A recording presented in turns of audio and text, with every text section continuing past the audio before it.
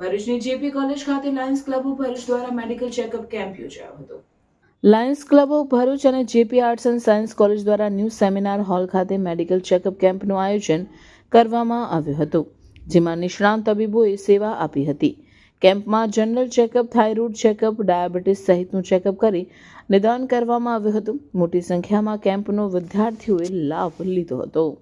आप अगर शरीर स्वस्थ नहीं रखेंगे तो आपका दिमाग, कोई भी आप पढ़ाई करना चाहें, कोई भी आप स्टडी करना चाहें, उसके अंदर दिमाग आप लगा नहीं पाएंगे अच्छी तरह से. अभी जैसे आप लोग एग्ज़ाम के पहले जिस तरह से आप लोग थोड़े टेंस रहते हैं, थोड़े से कॉशियस हो जाते हैं, उसी तरह से है ना, माइक पकड़ने के बाद मैं भी थोड़ा सा कॉशियस हो जाता हूँ, थोड़ा सा घबराहट में आ जाता हूँ, क्योंकि मुझे है ना वो भाषण देना आता नहीं, अभी तक के सीख नहीं पाया हूँ. जैसे आप लोग अभी पढ़ाई कर रहे हो, वैसे मैं भी पढ़ाई कर रहा हूँ, मैं सीख रहा हूँ भाषण कैसे देना चाहिए. सो मुझे माफ़ करना अगर मैं कोई गलती करूँ तो. आप लोगों से रिक्वेस्ट है कि प्लीज़ ज़्यादा से ज़्यादा लोग आके आज का जो कैंप है उसमें सब लोग पार्टिसिपेट करें और साथ में इसका लाभ लें. આમ તો 18 થી 20 કે 22 વર્ષની ઉંમરમાં કોઈ રોગ હોતો નથી, પણ હવે કંઈ કહેવાય નહીં.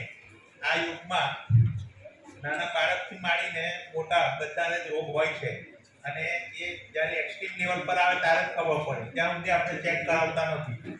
તો વિદ્યાર્થીઓ માટે ફ્રીમાં છે, તો બધા જ વિદ્યાર્થી સારી હેલ્પ છે એ બ્રહ્મા ના રહે, અને ફ્રીમાં છે એટલે ખાસ કરાવે. તમારે રૂપિયો આપવાનો નથી. લાયન્સ ક્લબે આટલું સુંદર આયોજન કર્યું છે તમારા માટે. તો તમારે મેડિકલ ચેકઅપ કેમ્પ, એમાં ઘણા બધા સારા ટેસ્ટ છે. આઈ ટીએમસી છે, પછી ટીબી અને થાઇરોઇડ અને જનરલ ફિઝિશિયન. કોઈ બી એબનોર્માલિટી હોય તો ડૉક્ટરને તરત ખ્યાલ આવી જાય. તો હેલ્થ સારી તો બધું જ સારું. તો આ દુનિયામાં ભગવાન પછી કોઈનું સ્થાન હોય તો ડૉક્ટરોનું છે, કે જે આપણી લાઈફ સાથે સંકળાયેલા છે, અને એ જ બચાવી શકે આપણને. જો તમને કોઈ રોગ ના થયો હોય તો ભગવાન પછી તમારા પેરેન્ટનું સ્થાન આવે છે. બરાબર? એ તમારા ટીચર ગણો કે ગાઈડ ગણો, મોટિવેટ કરનારા ગણો, બધું એ છે. પણ તમે બીમાર પડો તો ભગવાન પછી જે સ્થાન છે એ ડૉક્ટરોનું છે. ડૉક્ટર જ આપણને બચાવી શકે અને આપણે સર્વાઈવ થઈ શકીએ. તો મોટી સંખ્યામાં વિદ્યાર્થીઓ ઉપસ્થિત છે અહીંયા. તો બધા સાંજ સુધી આ પ્રોગ્રામ ચાલશે, અને તબક્કાવાર આવે. અહીંયા ભીડ કરવાની જરૂર નથી.